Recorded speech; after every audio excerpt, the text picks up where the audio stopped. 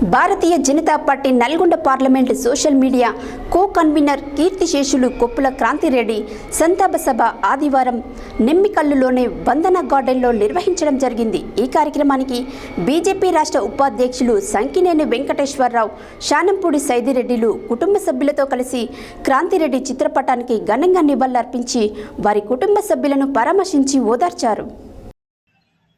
భారతీయ Janata Party Nalgonda parliament social media co convener కీర్తిశేషులు కొప్పుల క్రాంతిరెడ్డి సంతాప సభను ఆదివారం నెమ్మికల్లోని వందన గార్డెన్లో నిర్వహించడం జరిగింది. ఈ కార్యక్రమానికి బీజేపీ రాష్ట్ర ఉపాధ్యక్షులు సంకినేని వెంకటేశ్వరరావు, శానంపూడి సైదిరెడ్డి కుటుంబ సభ్యులతో కలిసి క్రాంతిరెడ్డి చిత్రపటానికి ఘన నివాళులు అర్పించి వారి కుటుంబ సభ్యులను పరామర్శించి ఓదార్చారు.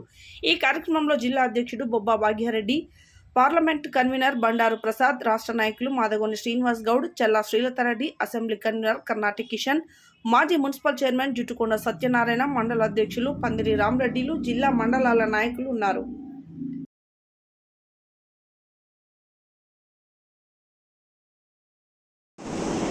కొప్పుల క్రాంతిరెడ్డి గారు ఇంత యంగ్ ఏజ్లో 27-28 ఏళ్లలో చనిపోవడం నిజంగా వాళ్ళ కుటుంబానికి, భారతీయ జనతా పార్టీ కుటుంబానికి కూడా పెద్దలు.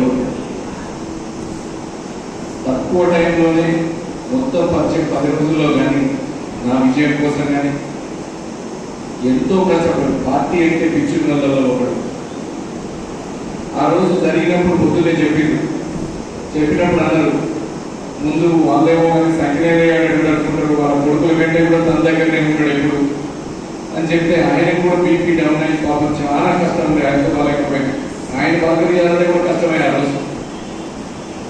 కానీ నేను అదే అనుకుంటాను, ఇంటికి వచ్చినప్పుడు మన పిల్లలకి చిన్న జ్వరం వస్తేనే తట్టుకోలేదు, ఇంత పెద్ద కష్టాన్ని తట్టుకునే ధైర్యం వాళ్ళ అమ్మ నాన్నలకు ఇవ్వాలని ఆ దేవుడిని కోరుకుంటారు. ఎందుకంటే ఈ మాటల్లో చెప్పలేదు. ఎవరు వచ్చినా చూసినా మన ముందు మనతో పాటు కలిగి ఇంత చిన్న వయసులోనే ఇంతమంది ప్రేమని సంపాదించిన క్రాంతికి ఆత్మకు శాంతి చేకూరాలని, వాళ్ళ అమ్మ నాన్నలకి ధైర్యం కావాలని, అందరం కూడా ఏ సమస్య వచ్చినా అందరం కుటుంబ సభ్యులను తోడుంటామని కోరుకుంటూ మరొకసారి క్రాంతికి సంతాపాన్ని తెలియజేస్తూ, దానికి ఇంత బాధ ఏ తల్లిదండ్రులకు రాకూడదు, దానికోసం అందరం కలిసి మీకు తోడుంటామని తెలియజేస్తాము. జోహార్ క్రాంతిరెడ్డి.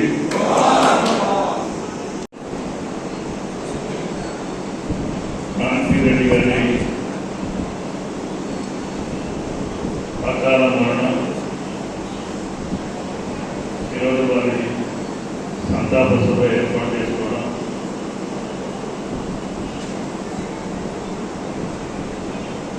ఇది సంతాప సభ ఏర్పాటు చేసుకుంటాం, చనిపోతాడని ఊహించిన చనిపోయే రోజు 8:30కు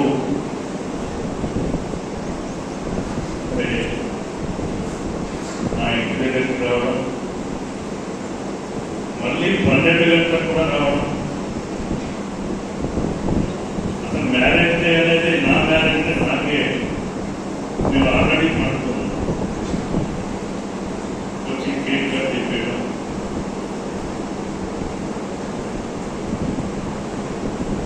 కుటుంబ సభ్యులకు, తల్లి తండ్రికి, చెల్లి బావు కానీ బంధుమిత్రుల పెద్ద రోడ్డు. వాస్తవంగా నేను 3 ఎన్నికల్లో చిన్న వయసులో నా విజయం కోసము ఆకాంక్షించే వాళ్ళు క్రాంతిరెడ్డి నా కుటుంబ సభ్యులు. అది 2014 కావచ్చు, 19 కానీ 20.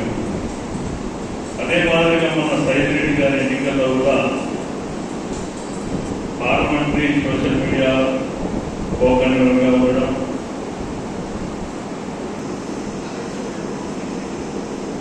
ఈరోజు ఆ భగవంతుడు ఆ కుటుంబ సభ్యులకు ఆయురారోగ్యాలు కల్పించాలని,